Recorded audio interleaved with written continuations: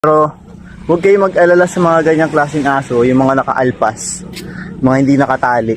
Mga ano yan, matahol lang yan, pero friendly ang mga yan.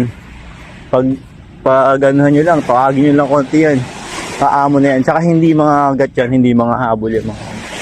So ang mga nakakatakot na aso, ay yung mga nakatali. Simula bata sila, simula nung pagkabata nila, hanggang tumanda sila. Tapos biglang nakaalpas.